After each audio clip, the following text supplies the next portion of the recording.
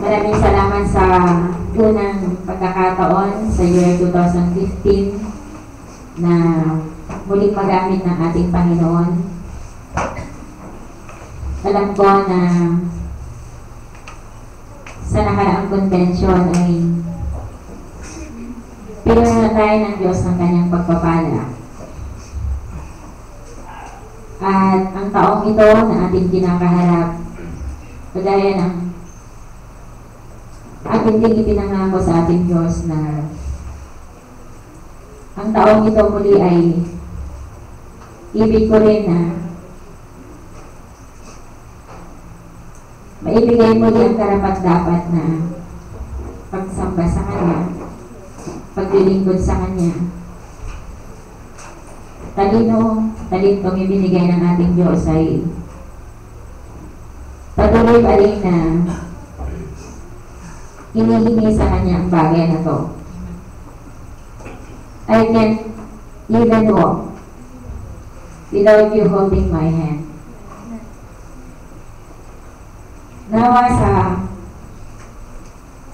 taong ito na ating kakaharapin, siya muli ang magturo sa atin, maghubog sa atin, gumamit sa atin. Kaya ang pamagat ng ating pag-aaralan ay ang taon para kay Kristo.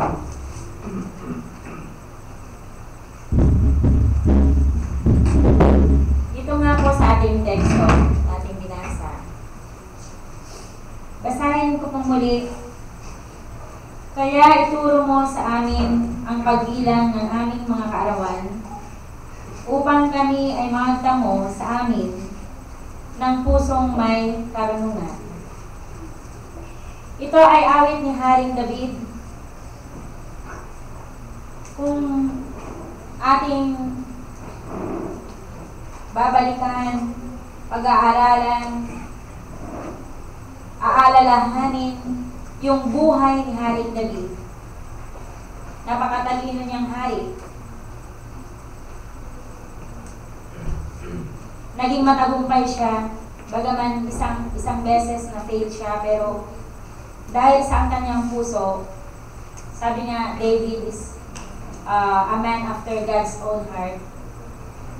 Pagkatapos na tinulungan siya ng ating Panginoon, tuloy-tuloy ang kanyang buhay ay naging matagumpay.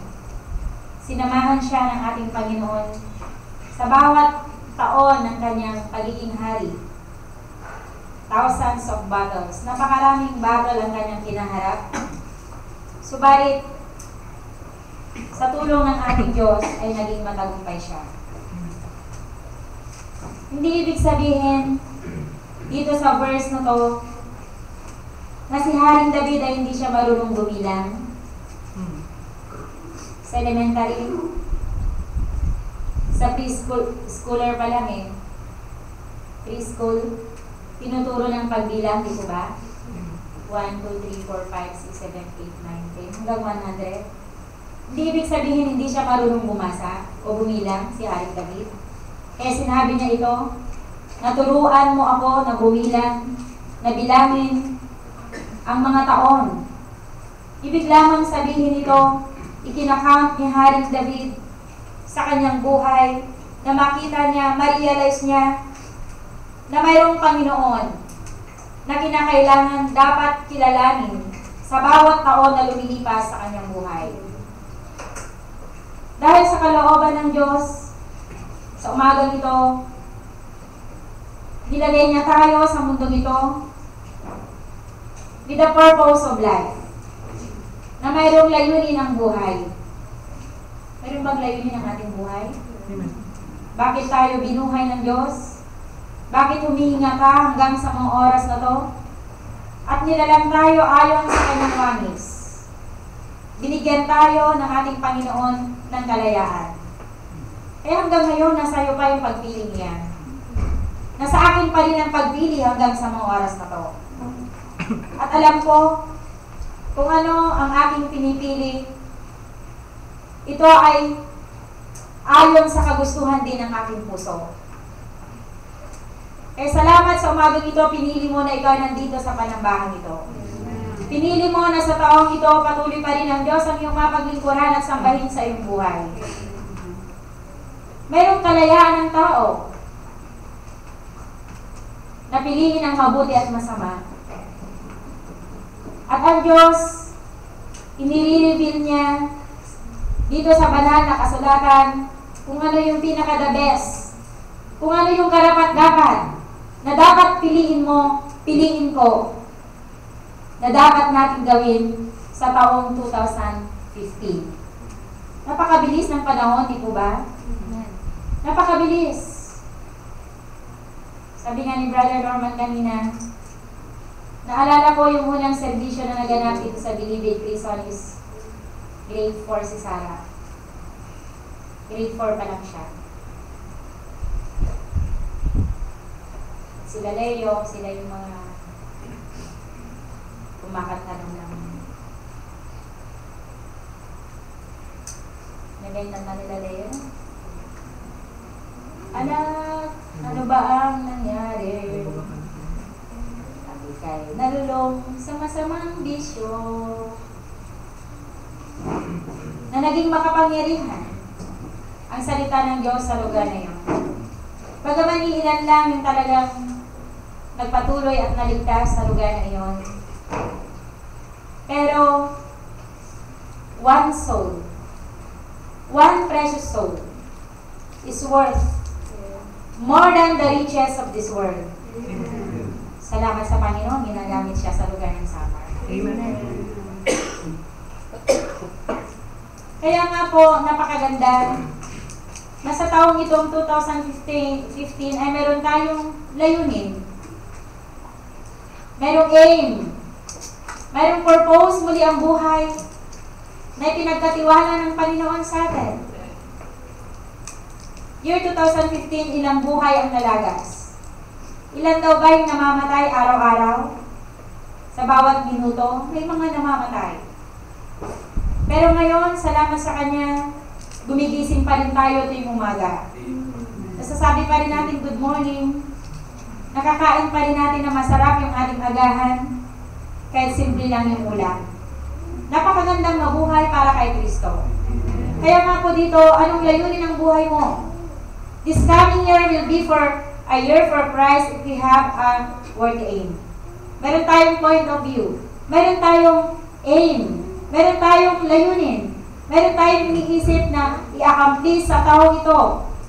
Ano nga ba? Alam niyo sa mga kumpanya minsan, meron silang nakalagay, nakadikit sa kanilang mga wall, sa kanilang mga calendar, mission and vision. Ano yung ating pangitain? Nagsiset sila ng goal na ito, yung dapat na ma-accomplish sa taong ito. Kaya napakaganda rin bilang mga Kristyano na mayroon tayong nakaset na goal sa ating buhay. Meron po ba?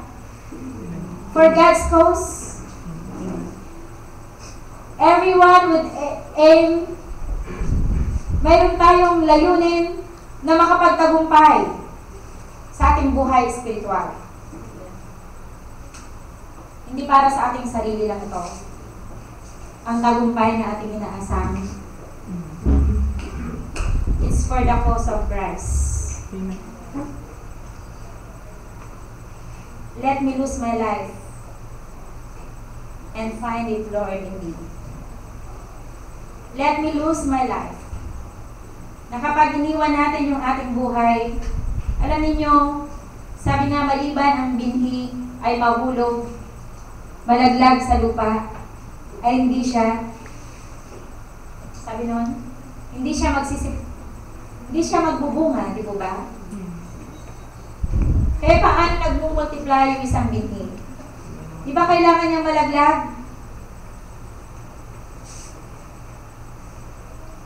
Kaya maliban ang isang Kristiyano mamatay sa kanyang sarili, hindi siya makapagbubungang marami.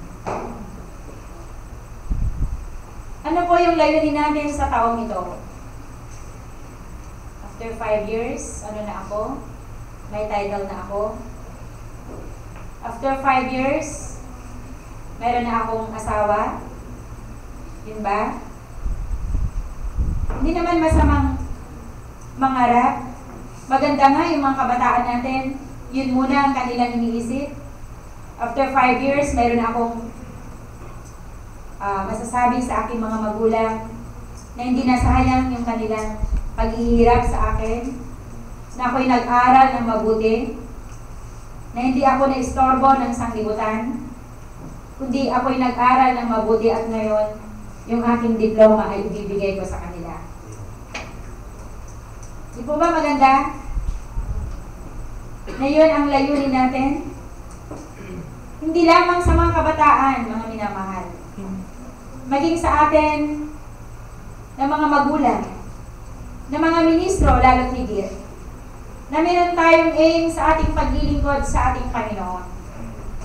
Di po ba, first month of the year, nagkakaroon tayo, nagsiset tayo ng ating goal, ng ating layunin, at least, isang kaluluwa. Yun lang ang ating ini-aim. Pero alam niyo, kahit yung isang kaluluwang iyon na may lapit natin sa ating Diyos, kung yan ay magpapatuloy na magmamahal sa ating Panginoon, pwede pa siyang makapag-akay din ng ibang kaluluwa. Magmumultiply ang gawain ng ating Panginoon. Anong year yun? Ilan pa lang yung mga lokal na plant ng mga iglesia lokal dito sa Pilipinas. Pero ngayon, napakarami na. Bakit? Dahil mayroong ibig magpagamit sa ating Panginoon. Di po ba? Binilang, kinount nung ating convention, ilan na yung nadagdag after 1 year? Dati 600 lang yung mga plates na ating inihahanda dahil sa tuwing convention, katarungan, Metro Manila ang nagsiserve. Ilan ngayon ang nadagdag? 700 plus yung mga... Ibig sabihin, nadagdagan yung kumakain. Nadagdagan yung attendance. Kaya ang iglesia ng ating Panginoon, ito ay iglesia na mayroong buhay. Hindi patay. Dahil kung lahat tayo mga patay, walang kabuhay-buhay, wala tayong may hikayat kay isang kapiranggot na kaluluwa. Subalit dahil mayroong gumagawang unconditionally, walang kondisyon yung ating mga ginagawa sa ating Panginoon, ni isa, dalawa, tatlo ang ating dadatnan ng mga kaluluwa ay pupuntahan pa rin natin, gagawa pa rin tayo, a-attend pa rin tayo ng prayer meeting kahit napakalayo. Alam niyo yung Friday midnight prayer meeting ng mga taga-Katarungan. Midnight. Dahil kakaiba ang gawain dito sa Manila. Kung sa mga probinsya, pwede nyo iset yung inyong prayer meeting, 7 o'clock. Pero dito sa Metro Manila, hindi pwede. Hindi natin pwedeng luksuhin yung Katarungan galing ng Cavite. Hindi natin pwedeng luksuhin galing sa Taguig, papuntang Katarungan, para makarating ka ng tamang oras. Hindi mo pwedeng lakarin yung layo na yan dahil napaka-traffic. Makita natin yung bagay na yon. Sakripisyo ang paglilingkod sa ating Panginoon. Kaya sinet natin ito ng Friday. Hindi ibig sabihin para komportable tayo o nalilihis tayo ng lugar, kundi ibig natin na yung mga estudyante o yung mga nagtatrabaho na pag Friday, binumot, minsan 12 o'clock, minsan 1 o'clock makakauwi. Is kinabukasan, gagawa ka man sa Panginoon kahit puyat ka, hindi ka na magmamadali sa kinabukasan. Ito ay pinagkakaisahan natin. Para sa benepisyo pa rin ng ating Panginoon. Na hindi ibig sabihin pag Friday yung ating prayer meeting, hindi na natin madarama yung presensya ng Panginoon. Salamat sa Panginoon. Walang Friday sa aking buhay na hindi ko nadama, na hindi tumugon ang ating Panginoon sa ating mga panalangin. Lagi siyang tumutugon. The touch of God, yung paghibo ng ating Panginoon sa mga dinadalangin natin sa Kanya. Kaya sana itong taong ito ng 2015 ay lalo natin paghibayuhin, lalo natin isipin yung mga bagay para sa kapurihan ng ating Panginoon. After, sabi nga, ang mga bagay na ini-aim natin, sana lagi natin kasama ang ating Diyos. Amen. Sa mga pangarap natin, sa pagtupad ng iyong mga pangarap, mapabuti ang inyong pag-aaral, to serve God. Hindi pwedeng ito muna, pag-aaral muna sa kanan ng paglilingkod. Marami akong nakita, pinagsabay itong bagay na to, pero nagtagumpay pa rin. Ang paglilingkod sa Panginoon ay hindi istorbo sa buhay ng mga tunay na nagmamahal sa Diyos. Amen. Ito ay inspirasyon sa bawat isa. Magiging inspirasyon ninyo ito kapag siya ang gawin yung talagang pangunahin sa inyong buhay. Love God above all. Ito ang magbibigay sa atin ng katagumpayan sa inyong mga kabataan. Salamat sa Diyos. Nakita ko marami sa mga kabataan ang lumapit sa altar ng year ng ating convention. At maging ako, salamat sa Panginoon na hindi pinabayaan din ng Panginoon na hindi ko muling maihandog, may alay, may rededicate ang mga promises sa ating Panginoon. Dahil masigit natin kailangan siya. Natutulong sa atin sa ating kinakaharap na paglilingkod. Kung wala yung tulong ng ating Panginoon, hungkag yung ating gawang paglilingkod sa Kanya. Kailangan natin special anointment ng Holy Spirit. Bakit? Dahil kapag walang anointment ng ating Panginoon, walang pagkilos ang Espiritu ng Diyos, kahit pangaral pa tayo ng pangaral, batingaw lang yan kung wala yung tulong ng ating Panginoon. Kahit awit tayo ng awit, turo tayo ng turo, hayo tayo ng hayo, kung hindi natin kasama yung Espiritu ng Diyos, hungkag ang paglilingkod na yan. Kaya kinakailangan natin yung pagsama sa atin, hindi lang paggabay ng Diyos, kundi yung pagtira ng Diyos sa ating mga puso. Upang sa pagbigkas ng ating mga labi, sa ating ginagawang paglilingkod sa Kanya, ay naroon din ang pagkilos ng ating Panginoon sa ating mga buhay. Kaya nga po, sa umagang ito, ibig ng ating Panginoon na mag-set tayo ng isang goal. We are saved to labor in God's kingdom. Sabi niya rito sa 2 Corinthians chapter 9, verse 6.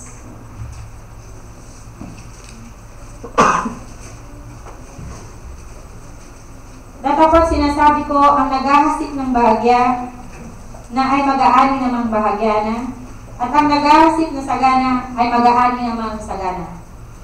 Kaya dito, nung tayo naligtas mula sa kasalanan, mayroon yung binhi na inihasik sa atin. Di po ba? Na kinakailangan ang binhi niyan ay magbunga sa ating mga buhay. Kaya sabi nga, kung walang inihasik, walang aanihin. Naniniwala kayo doon? Eh, anong aanihin na? Wala kang inihasik eh. Yung magsasaka, alam niya wala siyang inihasik. Asa-asa siya, after 3 months, aani siya. Wala siyang aanihin. Kasi wala naman itinanim. So, mag-i-expect siya ng bunga kapag mayroong inihasik. Amen? Kaya ang buhay natin kay Kristo ay paghahasik. Every day in our life, naghahasik po tayo. Nagtatanim po tayo sa bawat araw. Kaya yung paghahasik na to ay merong binhi. Hindi ka naman pwedeng maghasik kung wala kang binhi. Kaya every day in our life, meron tayong ginagawa. Merong paghahasik na nangyayari. Mabuting binhi, mabuting bagay, mabuting kalooban, nasa atin ang pagkakataon ng kapatid para magtanim. At ang ating Panginoon, hindi siya nagkukulang ng binhi. Sagana po siya. Ano yung ating inahasik? If you sow in love, If you sow in kindness, you will reap love. Totoo yun, mga kapatid? Kapag nagasik tayo ng pag-ibig, nagasik tayo ng kabutihan, ibabalik sa atin kabutihan, pag-ibig. Pero kung minsan, maaaring nagasik ka ng pag-ibig, ng kabutihan, maaaring in return, babalikan ka ng pag-ibig din. Minsan, babalikwasan ka, diba? Kasi mayroong diablo. Mayroong diablo na hindi favor sa ating ginagawang paglilingkod, paghahasik. Not all the people around us will encourage us na maghasik. Kaya sa ating paghahasik minsan, mayroon din nagtatanim ng masamang binhi sa ating mga inihasik. Pero alalahanin po natin, walang masamang binhi na nanggaling sa ating Panginoon. Lahat ng kabutihan na ating ginagawa, isang araw in His time, He makes all things beautiful in His time. Hindi ka agad-agad nagasik tayo ngayon. Lahat ay mayroong response ng kabutihan sa atin. Minsan, babatuhin ka, di po ba? Pero ang napakahalaga dito sa ating buhay, nasa ating puso, alam natin, nakasama natin ang ating Panginoon. Kaya sa ating pag-ahasik, there are watchers. Mayroong mga nakamatsyag sa atin. Maaaring iba dyan, habang nakamatsyag sa atin, ini-encourage ka na magpatuloy ka. Sige kapatid, ibigay mo ang iyong talent. Gagamitin ka ng ating Panginoon. Munti man ang iyong talento, may munti, kung ito'y gagamitin mo, pwedeng dumami, di po ba? Yung pinagkalooban ng maraming konti, itinago, nag-multiply, pwedeng gawin nyo ng ating Panginoon. Pero ngayon din yan, sa mga watchers na yan, kakansyawan ka, hindi ka na makakatakbo. Diba yung takbuhan natin spiritual? Tumatakbo tayo, may mga ano yan eh. Nakapanood na kayo ng mga mananakbo? May mga nangangansyaw dyan sa daanan. Maaari yung kasama mong mananakbo, tatabisutin ka. Haharangan ka sa iyong daan. Pero, alalahanin natin, ang ating Diyos ay laging handang saklolo sa panahon ng ating pangangailangan. Saklolo siya. Pero nag-umpisa ka na ba sa iyong pagtakbong spiritual? Naumpisahan mo na ba? Give up mo na ba ang iyong kasalanan noong 2014? Wala na ba? Naiiwan? Noong 2015 na ba? Clear na ba ang ating puso sa Diyos? Panginoon, muladlatin mo ang aking puso. Buksan mo ang aking puso. Kagaya ng sinabi ni Haring David, "Search me, O God." Sinabi ni Haring David yung bagay nito. Gusto niya maging open yung heart niya sa Panginoon. Dahil alam naman talaga natin na bukas na aklat yung ating buhay sa harapan ng Diyos. Bukas na aklat ang ating buhay sa Kanya. Eh kung bukas na aklat ang ating buhay sa Diyos, hindi natin iintindihin kung anong sinasabi ng iba para sa atin. Hindi ang iintindihin natin, ang iisipin natin kung ano yung sasabihin ng Diyos sa ating buhay. Huwag natin i-waste yung time natin na alamin pa kung anong sasabihin nila sa ating ginagawang paglilingkod. Ang mahalaga, alam mo yung puso mo sa Panginoon, naglilingkod ka, ibinigay mo yung buong buhay mo, yung talino mo, ikaw at ang Diyos ang nakakaalam ng bagay na yan. Gawin yung mabuti. Gawin yung itinawag ng Diyos sa iyo. At huwag tayong paabala. Alisin ang mga gumagambala. Go straight to God. Look unto Jesus. Tignan natin siya na gumawa at sumakdal ng ating pananampalataya. Our aim of acceptance to God based for His glory. Gumagawa tayo for God's glory. Para maitaas siya. Hindi para maitaas ang ating sarili. Our labor will be judged and will receive reward in due time. Or curse. Reward or paghatol. Sinasabi niya dito sa Mateo chapter 25 verse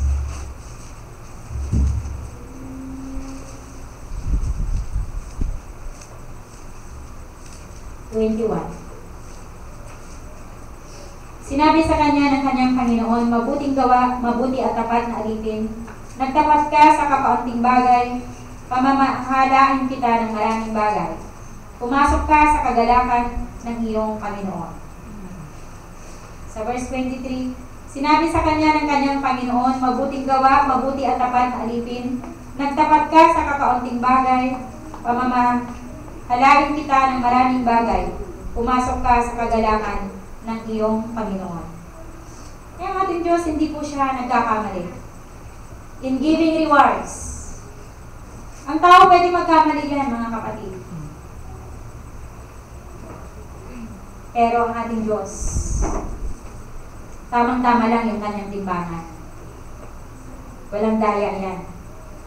Walang daya yung timbangan ng ating Panginoon. Kagaya ng mga maraming timbangan dito sa mundo. Diba? Laganap ang mga timbangan.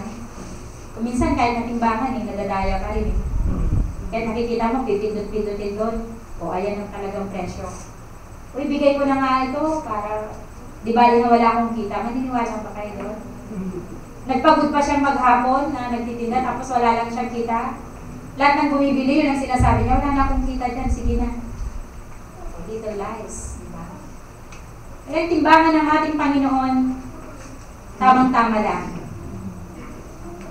Hindi natin pwedeng pangunahan ng Diyos.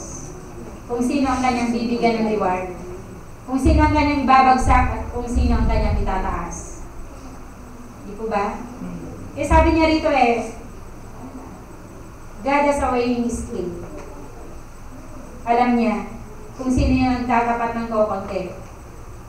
At alam din niya kung sino rin yung nagtatapat ng marami at yung kokonti. Mahalaga dito yung test ng Panginoon. Doon pa lang sa konti, matest na niya tayo na nagtatapat na tayo kahit sa konting bagay. Then yung maliit na bagay, doon ka pamamalahin pa ng mas maraming, mas malaking bagay pa. Di po ba? Naniniwala po ba tayo doon? Bago ka bigyan ng Panginoon ng mas pagkakatiwalaan ng malalaking bagay, una muna doon sa maliit na bagay, tested ka na ng ating Panginoon. Amen. Kaya sabi niya rito, will receive.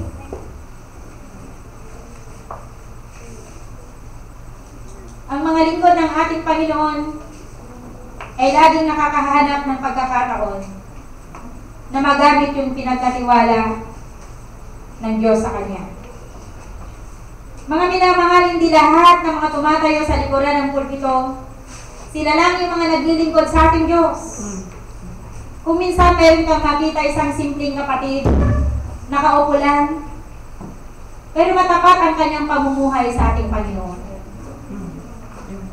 Minsan nga, yung mga hindi nakikita, yung pa yung mga mahalaga ang value nila Kagaya ng puso, hindi nakikita yan. Umitintig. Pero pag huminto na yan sa pagtintig, collapse na yung katawan, di ko ba? Kung minsan nawala nga yung kamay naglalakad pa rin. Nagtatalo pa ng karos. Kahit nawala yung dalawang kamay, pwede pa yung dalawang paa. Pero mayroong parte ng katawan na hindi nakikita yan. Kapag nawala yan inside our body, yung mga internal organ na yan, hindi na magpa-function yan. Patay na yung katawan. Kaya kung minsan, yun ang maling konsepto ng maraming na para bagang kagamit-gamit yung mga tumatayo sa likuran ng pulpito. Although talagang ginagamit din sila ng ating Panginoon. Pero yung parte ng ang katawan na yan, hindi natin sineset aside ang halaga niyan na nagagawa sa ikauunlad, ikalalago ng iglesia ng ating Panginoon. Amen. Normal na katawan, kompleto. Kompletong katawan. At walang katawan na sinasaktan niya, yung kanyang katawan, abnormal yung katawan na yan. Kailangan ng daling sa Mandaluyong yung katawan na yan. Kapag sinasaktan yung katawan, sinasaktan. We are the body of Christ. Hindi natin sasaktan yung ating katawan, di ba? Kaya nandyan yung pagdadamayan. Nakikita yung instinct na yan? Kapag nasugatan yung isang kamay, kukuha yung isang kamay para gamutin niya. Yan ang normal na body, na katawan. Merong pagmamalasakitan, merong pagkakaisa, merong pagmamahalan. Kapag nalulungkot yung isa, meron siyang dinaramdam, meron siyang pasanin, nandun din yung ibang parte ng katawan, inaalalayan siya, tinutulungan siya. Amen? Amen. Ganun ba tayo mga kapatid? Yun ba yung naman ng ating puso? Kapag mayroong nagtatagumpay, kasama rin ba tayo nagbubunyi sa kanilang katagumpayan? Kapag mayroong nagdaramdam, naroon din yung ating puso, nagdaramdam din tayo. Yun yung likas na katawan ni Kristo. We are fitly joined together. This coming year will be for Christ if we have a fitting motto. For me to live is Christ, and to die is gain. To die is gain. Pakinabang ang mamatay para kay Kristo. Kaya nga mga minamahal, napakaigsi lang ng buhay. Napakaigsi ng buhay upang sayamin natin sa walang kwentang pamumuhay. Tatanda rin lang tayo, mamamatay din lang tayo, gawin na natin, ipagamit na natin ang ating parte ng katawan para sa ikaunlad, ikalalago, ikapagpapatibay ng iglesia ng ating Panginoon. Amen. He has all the source para tulungan tayo, para lalo tayo na-equip sa mga aral at saway ng ating Panginoon. Eh, meron ng isang lalaki, ginawa niya doon sa kanyang kwarto. Gumawa siya ng sticker. Ang nakasulat doon sa kanyang kwarto, ito na ang huling araw ko sa mundo. Nakalagay sa kanyang kwarto. Sa ting matutulog siya, sa ting mahiga siya, nakikita niya, ito yung huling araw ko sa mundo. Ano ang kanyang aim? Ano ang kanyang layunin? It's just a reminder na kapag iniisip ng tao na ito na yung huling araw natin sa mundo, ano pang gagawin natin mga kapatid? Pag huling araw na natin, huling wish natin.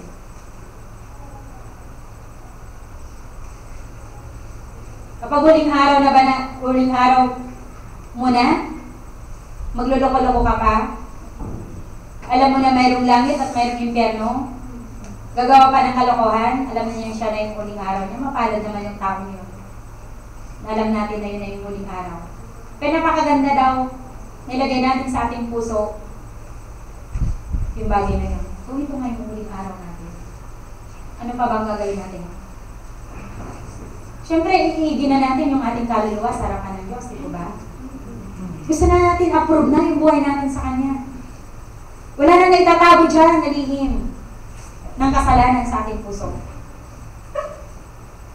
Hindi ka naman lalamang, hindi ka na mandadaya, hindi ka na mamiligtas sa iyong kapwa. Gusto mo na maging lahat na ng iyong gagawin tapat na sa harapan ng Panginoon. Dahil ito na yung huling araw, Panginoon. Gusto ko, pagharap ko sa iyo, malinis ako sa iyo. Iharap ko to ang aking buhay sa iyo. Yung tao, maaaring magkamali sa kanyang nakikita sa atin. Pero ang ating Diyos, hindi siya magkakamali. Amen. Sa kanyang makikita sa ating buhay. Amen. Maaaring ang tao makapagpupubli siya sa kanyang kapwa. Kahit mismo sa iyong asawa, sa iyong anak, pwede. Pero sa Panginoon, hindi tayo makapagpupubli sa Kanya. Amen. Fitting motto, for me to live is Christ. Napakagandang aim mga kapatid sa taong ito na mamuhay para sa Panginoon. Kaya kung noong taon 2014, careless ang buhay natin. Hindi tayo nakapag-ingat. Baka meron tayong nasaktan ng kalooban. Panginoon, itong taon na to, tulungan mo ako na maituwid ang lahat ng mga bagay na yon. Natulungan mo ako na maging blessing ako sa iba. Na yung gagawin ng aking kamay, naroon ang yung pagbasbas. Ba lahat ng galawin ng iyong kamay? Ang ating sasalitain.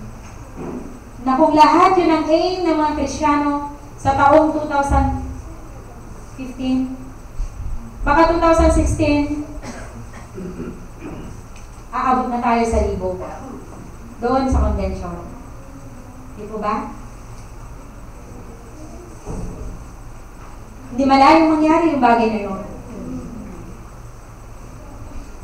Kung ang Diyos ay suma sa atin.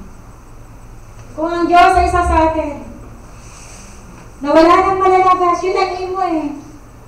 Hindi itong taon na to. Magbabackslide muna ako. Babalik ako sa 2016. Mali yan. Sino magsasabi sa inyo na bukas buhay ka pa? Tomorrow is the devil's calendar. Kalendaryo yan ng Diablo. Yung pinagpapabukas sa amin. Kaya yung itatakda-takda mo yung paglapit mo sa Panginoon. Pag si anong mag-preach siya, yung lalapit ako pag siya yung nag-preach. Kasi magaling siya. Tapos, kaya-kayatin mo yung mga ano, lumapit na kayo. Ang gawa ng Panginoon sa puso, hindi to. Hindi ko alam kung anong araw kayo lumapit sa Panginoon. So, ibig sabihin lamang yun, hindi natin alam, hindi natin pwedeng itakda yung gawa ng banal na Espiritu sa buhay natin. Hindi natin binibiro yung paglapit. Sasabihin mo, sa 2017 na lang ako makapagseryoso. Sa 2016, ngayon 2015, sila na lang muna magseryoso sa paglilingkod. Who knows about tomorrow? Paano mo alam yung bukas? Na malakas ka pa bukas. Na ganun pa kalakas ang gawa ng Espiritu Santo sa iyong puso. E ngayon pala siya kumikilos sa'yo. E nagpapasalamat tayo sa Diyos. May mga kabataan, very tender ang kanilang puso. Sa araw ng kabataan, yun talaga yung ni Solomon. Sa araw ng iyong kabataan, alalahanin mo na siya. Kasi malambot pa ang kalooban. Subalit salamat sa Panginoon. Nang salita ng Diyos ay nagpapalambot ng puso.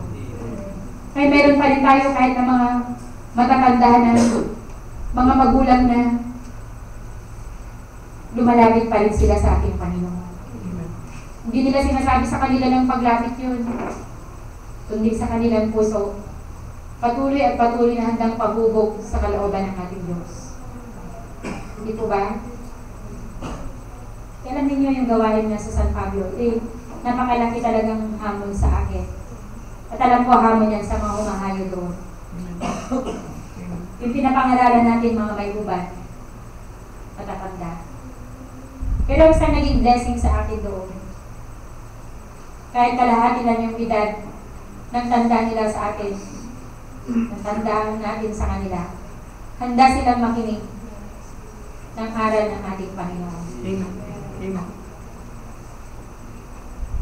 Kaya ang salita ng Diyos, mayroon siyang nagagawa. Inihasip ang salita ng binhi ng ating Panginoon. Ang mabuting binhi na yan, hindi maaari na hindi magbubunga sa isang araw ng ibig ng ating Panginoon na talagang mahinog na yung mga binhi niya. Kaya nga po dito, napakaganda na isipin natin na yung mga ginagawa na natin, kapag gumawa tayo ng isang bagay, maaaring yun na yung muling pagkakataon mo na gawin yung bagay na yun. Kaya kung muling pagkakataon na gawin mo na yung the best mo. Di po ba? The best ever. Baka yan na yung huling pangangaral mo. Baka yan na yung huling pagpapatotoo mo. Baka na yung huling pag-awit mo sa Panginoon. At di mo magawin na mayroong umusay sa harapan ng Diyos. Na mayroong blessing ng ating Panginoon. Na alam ko naman ang bawat anak ng Diyos, bago nila gawin yung isang bagay, kahit sa pagtayo sa likuran ng pulpito, dinadalangin lubusan sa ating Panginoon. Amen.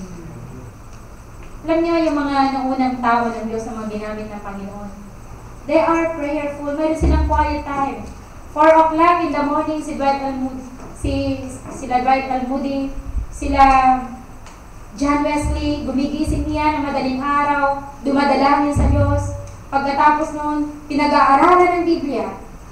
At naging matagumpay ang kanilang ministeryo sa Panginoon. Bakit? Andoon yung tulong ng ating Diyos. Kaya sa ating paggawa sa ating Panginoon, huwag natin wawalain yung marubdob na panalangin sa Kanya.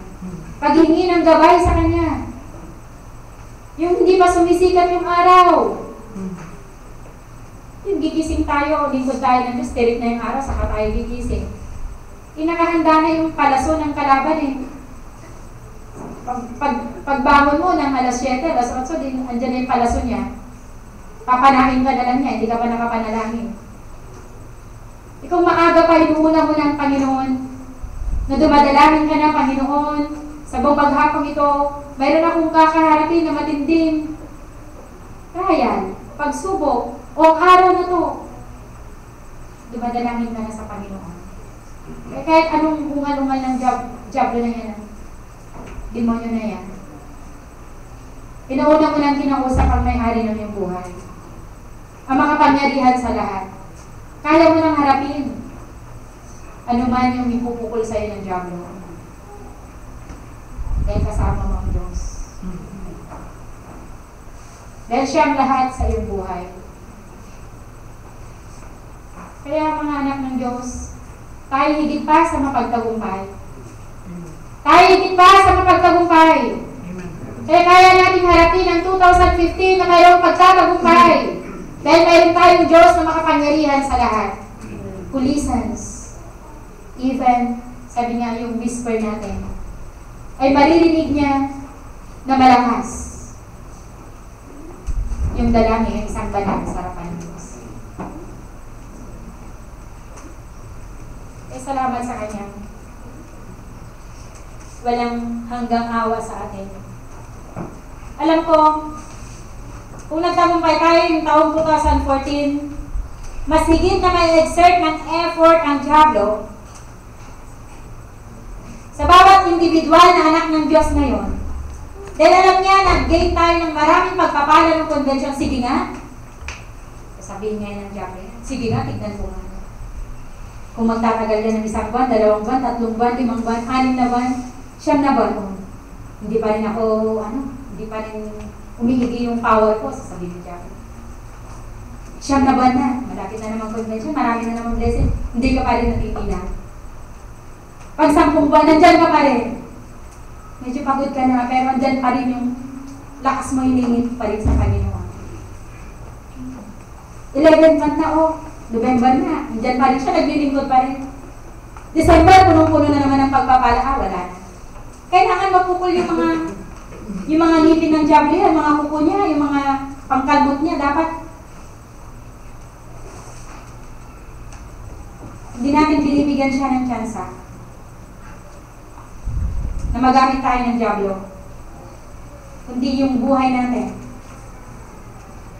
100% sa Panginoon.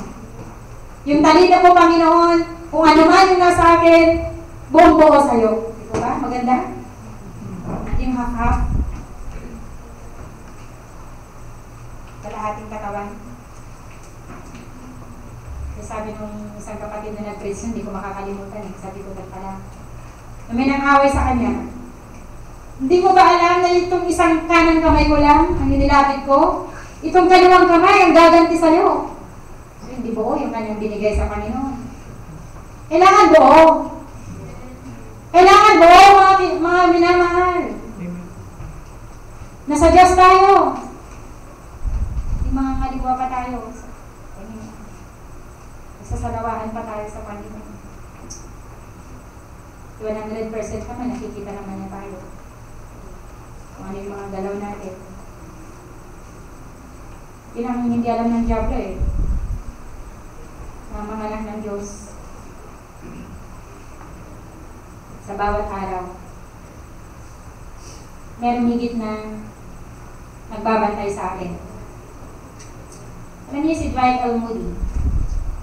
Lagi niyang sinasabi kapag siya nangangaral, mga kapatid, mas malapit tayo sa langit ngayong gabi kaysa nagdaang gabi ng ating buhay. Totoo ba ito, mga kapatid? Mas malapit nga ba tayo sa Diyos ngayong araw na ito kaysa nagdaang araw sa ating buhay? Kaya And I'm just too close to heaven. Diba? Bawat araw, nagiging close tayo sa ating Panginoon. Eh kapag alam mo, kapag yung magkaibigan, kapag nagkakakilala sila sa isa't isa, lalo mo siyang nakikilala, lalo mo siyang mamahalin, di ba? E tignan mo yung mga mag-asawa, magkaibigan na yan eh. Wala silang sekretuhan yan eh. Hindi na ninikreto yan ng sweldo. Buko. Pay slip pa, binibigay. Hindi slip lang nga, walang pay. Pay, kasama pa yung slip. It is no secret what God can do. God is stand for others. He'll do for you. Ganon kakapangyarihan ng ating Panginoon. Kaya naging malakas ang early morning church, di ba? Kung ano yung ginawa ng Diyos sa kanila, pwede rin niyang gawin sa panahon natin. Amen. Huwag tayong paabala sa sasabihin ng sino man. As for me and my house, we will serve the Lord. We will serve the Lord. Nadama niyo ba yung blessing ng awitin iyon? Amen. First time na naawit ng buong pamilya. Kompleto, walang missing part, pati saan si baby natin? Si Ann. Kasamang umawit. No missing part. Nagagalak yung ating puso sa bagay na yun. Amen. Ayaw natin na mayroong matanggal. At kung mayroon man alanganin, ibig natin na makasama siya. Amen. Na hindi pa sabit-sabit lang sa pamilya. Amen. Kundi talagang maging totoo yung ating puso sa Panginoon. Panginoon, hindi tayo makakatayo sa kapisanan ng mga banal. Kung balat kayo lamang yung ating ginagawang pag-awit. Paglilingkod sa Panginoon. Alam ko, sincere yung ating paglapit sa ating Panginoon. At mas higit na sincere siya. Ang ating Panginoon sa kanyang gagawin sa ating puso. Kaya nga alam niyo sila Dwight Moody, mahirap lang din yung pamilya nito eh. Punta sila sa simbahan. Alam niyo, sa kahirapan ng buhay nila, sila magkakapatid, binibit-bit nila yung kanilang mga sapatos. Magsusot sila ng sapatos doon na sa panambahan para hindi madaling masira. Tayo nga, pupunta tayo sa convention, nilalambaan natin sapatos. Terno-terno ka, pag red, meron din dalang red na sapatos. Pag yellow, meron din yellow sapatos. Pag black, meron din black na sapatos. Sagana ang Panginoon sa atin. Amen. Eh pag tayo na nanagana, ibukas din natin yung ating palad sa iba. Amen. Di po ba? Amen. Hindi lang sarilinin lang natin yung pagpapala sa buhay natin. We have a glorious heart. Mga anak ng Diyos.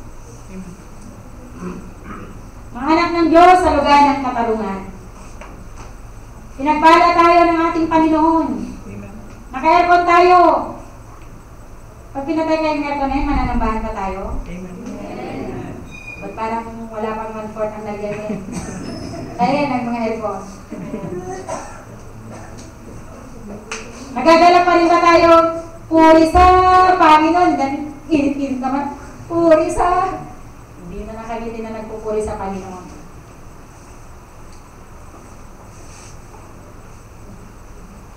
Kaya sa anumang paraan ng buhay, sabi nga ni Pablo, sa kahirapan, sa kasaganaan, nakayanan niyang lahat ng mga bagay na yun. Amen. Kaya niya, i-adjust yung kanyang sarili. Kaya kung tawagin ka ng Panginoon, maghihirap ka sa lugar na iyong patutunguhan,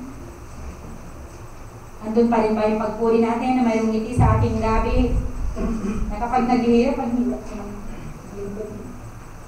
ayoko na. Na merienda. Walang pag-load. Sama pa ba yung load sa paglilingkod? Gagamitin naman pag-text para i-report ko yung aking issue kapag ako load. Kaya merong isang ano yun. Tamang-tama lang po yung pamasahe namin. Wala po akong pang-load eh. Kaya hindi ako makapag-reply sa inyo. Parinig pa alam mo. Kung ano na lang yung mayroon dyan, antayin na lang kung ano ibibigay ng Diyos. Pero yung may kasama pang, wala kasing Panginoon. Parang ibang dating pasensya na po. Pag nagkaloy na, salamat po sa Panginoon. Naka-reply na po ako. Pasensya na kayo kasi wala akong Panginoon. Parang Mississippi na yung Lord, Mississippi na ba? Pero minsan nakakalungkot sa mga lokal na iglesia. Kita mo yung mga mic, pupuga-puga. Puga. Hindi magsalita, alis. Hindi magamit yung mic. Pero mga latest, yung mga cellphone, di ba? Sana wag mangyari yung bagay na yun. Pupuga-puga yung microphone nila, pero naka-earphone sila, di ba?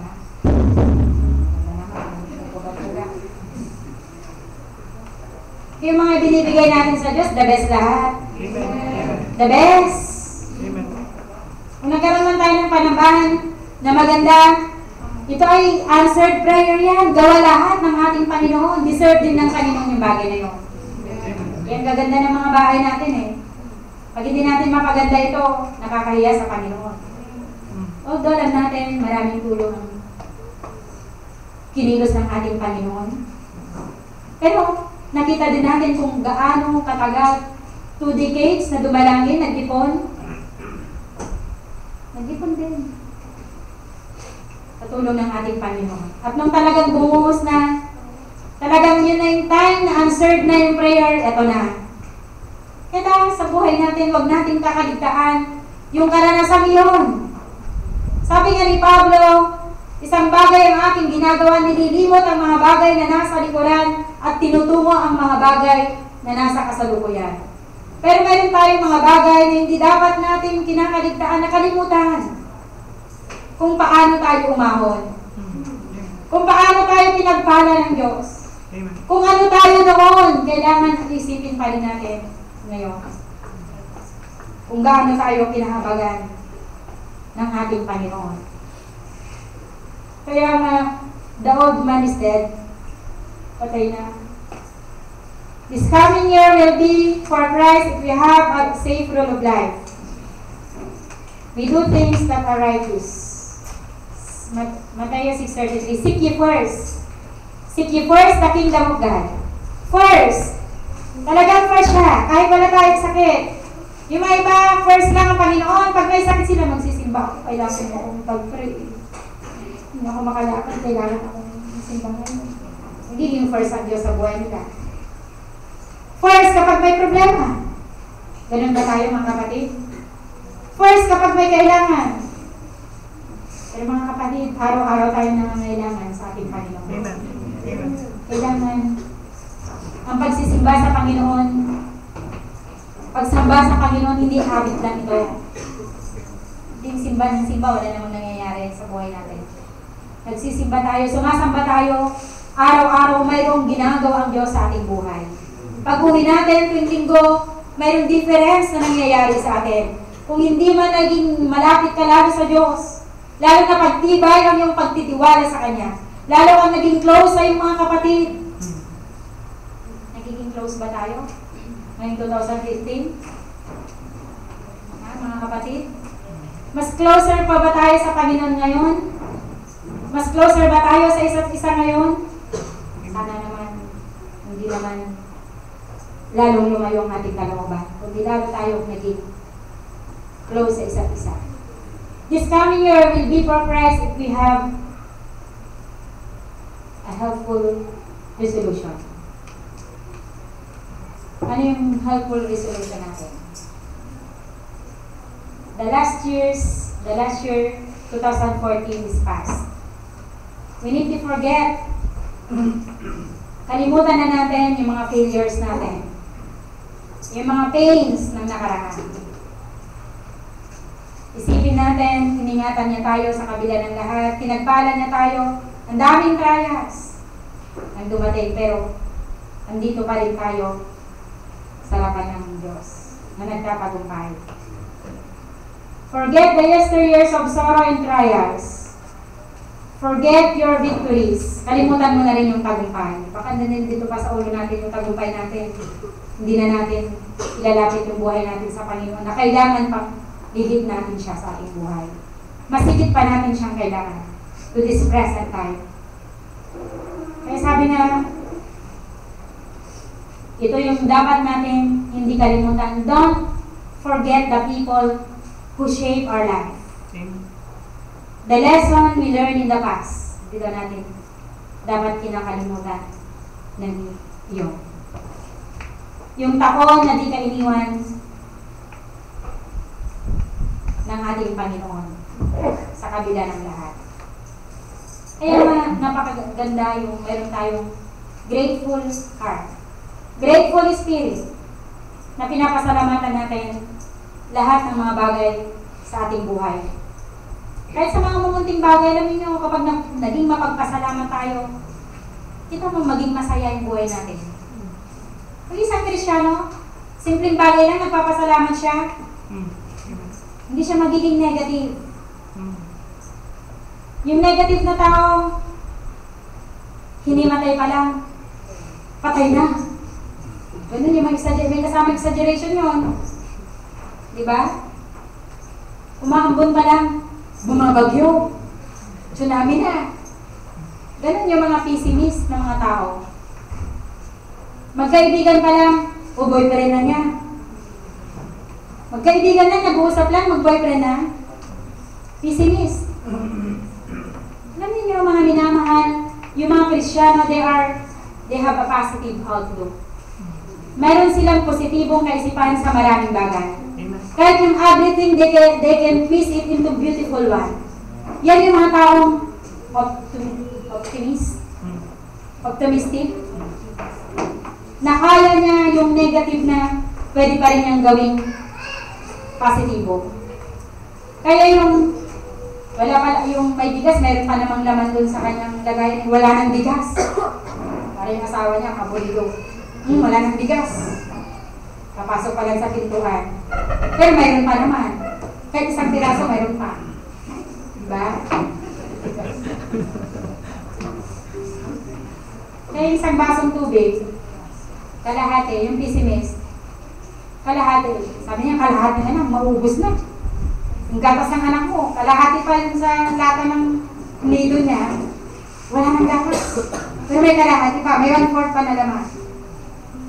Pero yung positibo, kalahati na lang, mapupuno na. Yung negatibo, kalahati na lang, ubos na. Diba? Yung difference. Pero ang mga anak ng Diyos, makikita mo positibo ang kanilang buhay. Kaya kahit walang pera yan, nakalong sleeve yan, nakangiti. Yung isa may kumukorma, uutang. Akala, napakaraming pera. Magaling lang talaga magdala, hindi nila lang damit o kayo pa. Diba? Ang mga anak ng Diyos, ito yung pinakamagandang buhay na nasa atin ngayon. Mga kapatid, huwag na natin ipagpalit yung mayamang karanasan natin kay Kristo. Marami tayong mga kapatid na dumadalangin sa atin. Nakita niyo sila nung convention? Nakita natin sila, di po ba? Dati natutuwa ako, andun pa yung mga kita natin mga kapatid eh. Ba't wala na kayo sila? Wala na yung mga itiman. Kasi kumpleto na sana yung nilalang ng Diyos eh. Team. Wow. Yan ang hiningin ko ngayon eh. Pupunta ako sa mga itim. Pag nag-retire lang ako, gusto ko pumunta sa mga Allegro. Mag-mission. Saan kaya banda yung may mga Allegro? Doon kinakala. Tinuturo si Leo. Kung may karnalidad lang si Leo, nag-walkout na yan. Alam niyo, bawat katawan ni Kristo mahalaga. Mga kapatid, harapin natin ang year 2015 na mayroong paghahamunan sa isa't isa. Amen. Kung mayroong mga failure na nangyari, year 2014, kalimutan na natin lahat ng Panginoon. Kung mayroong mga tagumpay, kalimutan din natin. Magpasimula muli tayo sa taong ito.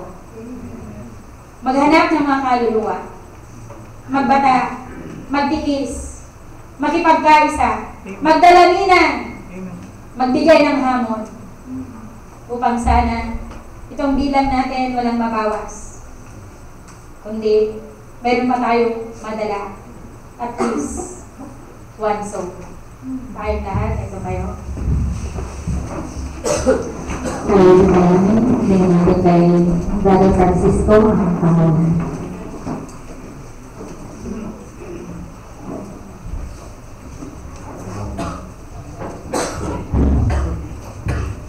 Tayo pagkimalangin mga kapatid.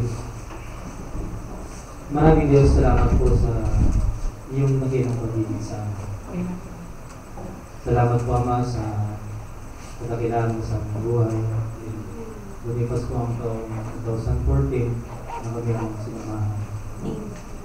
Pinagalot niyo po ang lahat ng aming mga hinangan sa kabila ng aming mga pagkukulang, mga pagkakamali na natili kong tapat sa aming buhay.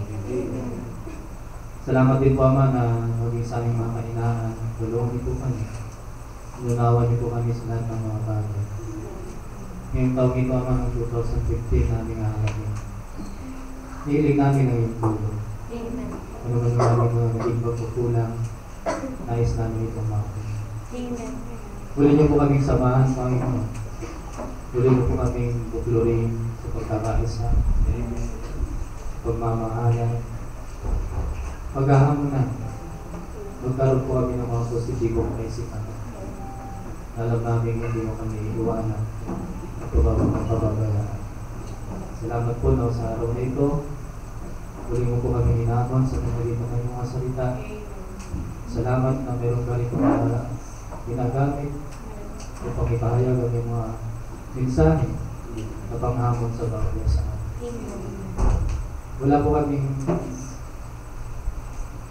lubos na may bibigay sa inyo. Kundi ang aming masasalamat at pagpili sa inyo. Kaya dinadahilan na namin sa araw na ito. Amen. Salamat na dito sa inyo kung ano mga kaluluwa. Amen.